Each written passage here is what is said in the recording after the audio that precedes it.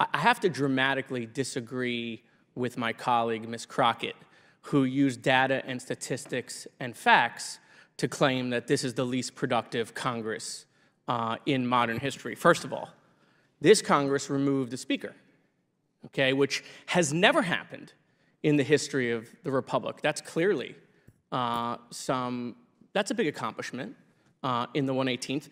This Congress took 15 rounds to even elect that Speaker that they then removed, right, which was historic in its own right. And then they removed a member of their own party. That hadn't happened in 20 years, so kudos to them. They've had a failed impeachment of a president. I don't think we've seen that happen in a really long time. This Congress did impeach a cabinet secretary, though, without meeting any constitutional threshold. We haven't seen that happen in 150 years. This Congress wants to hold Merrick Garland in contempt and then possibly arrest him. I don't think we've ever seen that in the history of the Republic. We've seen a failed motion to vacate to remove a second Speaker. Again, history in the 118th.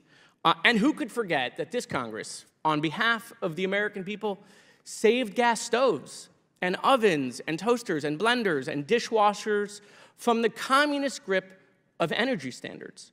So I think Ms. Crockett was pointing out that this is least productive. These seem to be accomplishments on behalf of the American people that are clearly historic and may never be repeated in another Congress.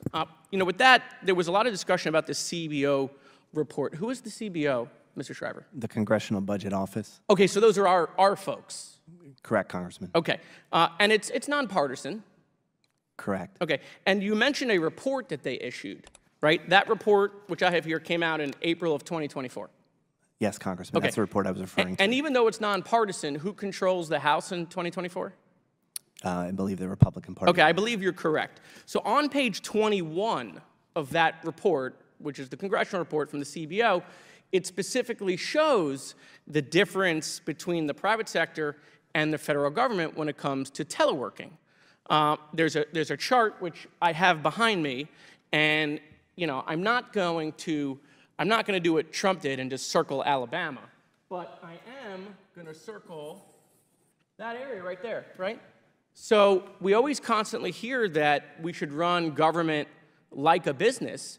This seems to show, according to the congressional report, our report from April, just a month ago, that the private sector is teleworking more than federal employees. Is that what this chart shows? Congressman, that's how I read that chart, yes. Oh my God.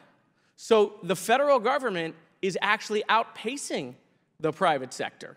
I'm sorry, the private sector is actually outpacing us in teleworking. I mean, do you think, like, my colleagues should file, like, a resolution of disapproval of the private sector because of all of this teleworking that the private sector is doing? Well, Congressman, I always think that the work arrangements should be aligned to what best advances the mission of the agency, and what this is the data I was referring to that shows that federal workers are spending more time in the office than private sector right now. Okay, so that attack about all this teleworking that federal employees, right, is really misinformation, because we're below the private sector. We're really keeping pace, right? Would that be fair?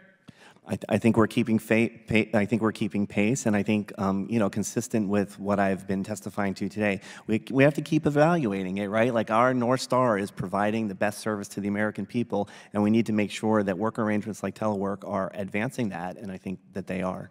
Thank you. I yield the balance of my time. Thank you.